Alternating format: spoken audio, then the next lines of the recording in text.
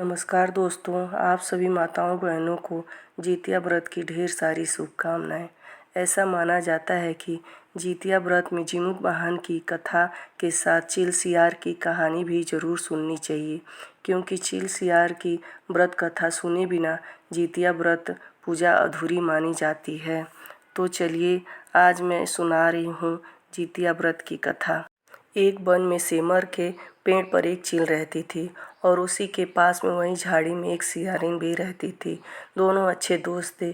चील जो कुछ भी खाने को लेकर आती उसमें से सियारिन को भी खाने को देती थी। सियारिन भी ठीक ऐसा ही करती थी। एक बार वन के पास एक गांव में औरतें जितिया व्रत की पूजा की तैयारी कर रही थी। चील्हों ने उस पूजा को बड़े ध्यान से देखा और इस बारे में अपनी दोस्त सियारिन को भी बताया। दोनों ने इसके बाद जितिया का व्रत रखा। दोनों दिन भर भूखे प्यासे रही, लेकिन रात में सियारिन को तेज भूख सताने लगी। भूख प्यास से व्याकुल सियारिन को जब बर्दाश्त नहीं हुआ तो उसने जंगल में जाकर मांस और हड्डी से पेट भरकर खाया। चील्हों ने हड्डी चबाने की आवाज़ सुनी तो इस बारे में सियारिन से पूछा तो उसने सारी बात बता दी। चील्हों ने सियारिन को खूब डांटा और कहा कि जब व्रत नहीं हो सकता तो इसका संकल्प क्यों लिया था। सियारिन का व्रत भंग हो गया, लेकिन चील्हों ने विधि विधान से व्रत पूरा किया। अगले जन्म में चील और सियारिन दोनों मनुष्य रूप में राजकुमारी बनकर सगी बहनें हुईं। सियारिन बड़ी बहन थी और उसकी शादी एक राजकुमार से हुई।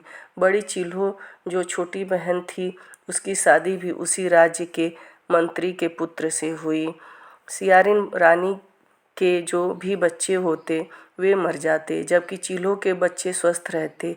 इससे उसने जलन होने लगी। ईर्ष्या के कारण सियारिन रानी अपनी बहन के बच्चों और उसके पति को मारने का प्रयास करने लगी लेकिन वह सफल नहीं हो सकी। बाद में उसे अपनी भूल का एहसास हुआ और उसने अपनी बहन से क्षमा मांगी। बहन के बताने पर उसने फिर से विधि विधान जितिया व्रत किया, जिससे उसके सभी पुत्र जीवित हो गए। कहते हैं तभी से जितिया व्रत रखा जाने लगा। तो बोलिए जितिया भगवान की और जितिया माई की जय।